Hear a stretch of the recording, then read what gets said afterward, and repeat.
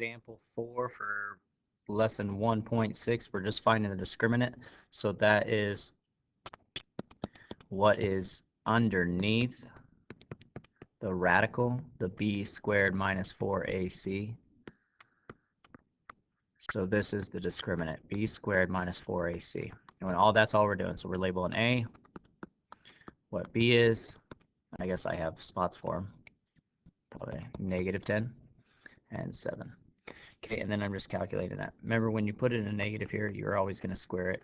So it's always going to be positive, right? And then I got to take my a and my c, so that's 14, right? And then times it by -4. So what's that, -56? So we get 44. So what that tells us is that when I square root like positive 44, right, it's not a perfect square, so it's going to be irrational. Okay, and then whenever I square it, something I have plus or minus, so that means I have two irrational roots. And irrational means that they're real too, right? Okay, so that is example number 4. You just find your a, b, and c, but you need to make sure it's set equal to 0, right? So if it's not, set it equal to 0, and then you find your a, b, c, plug those into the discriminant, and it will tell us how many solutions, and then what type, or solutions or roots, same thing, right? Okay, so that is example number 4. Okay, the last example for 1.6 is the discriminant again, so that's the b squared minus 4ac, and it's going to tell us how many solutions and what type. Okay, so it's set equal to 0, we're good. Our a is -5, our b this time is +10, and our c is -15. So I square my b. Anything squared here is going to be positive.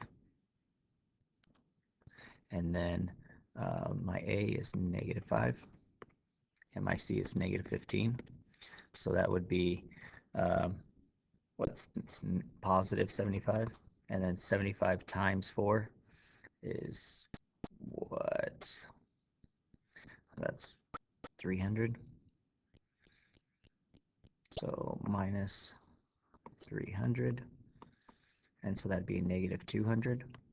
So remember, this is square rooted, right? When I do the quadratic formula, and that's a plus and minus, so there's going to be 2 answers here. And then when I can't square root a negative, so that means they're going to be complex roots or imaginary solutions. So whenever this is negative, the discriminant's negative, I'm going to have 2 complex roots.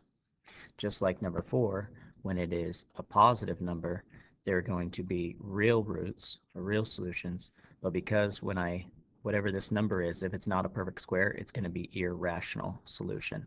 But if it's a perfect square, say it was 49, then it would be rational solution. The other thing you got to think about, we always have plus or minus, correct?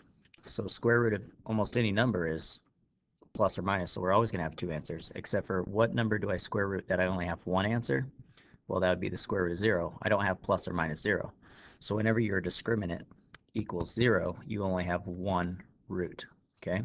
So everything else is going to have 2 roots. If it's a positive number, it's going to be either real irrational or rational real number, right? Depending if it's a perfect square. And then if it's a negative, you're going to have complex. Okay, so that's it for example 4 and example 5 and 1.6.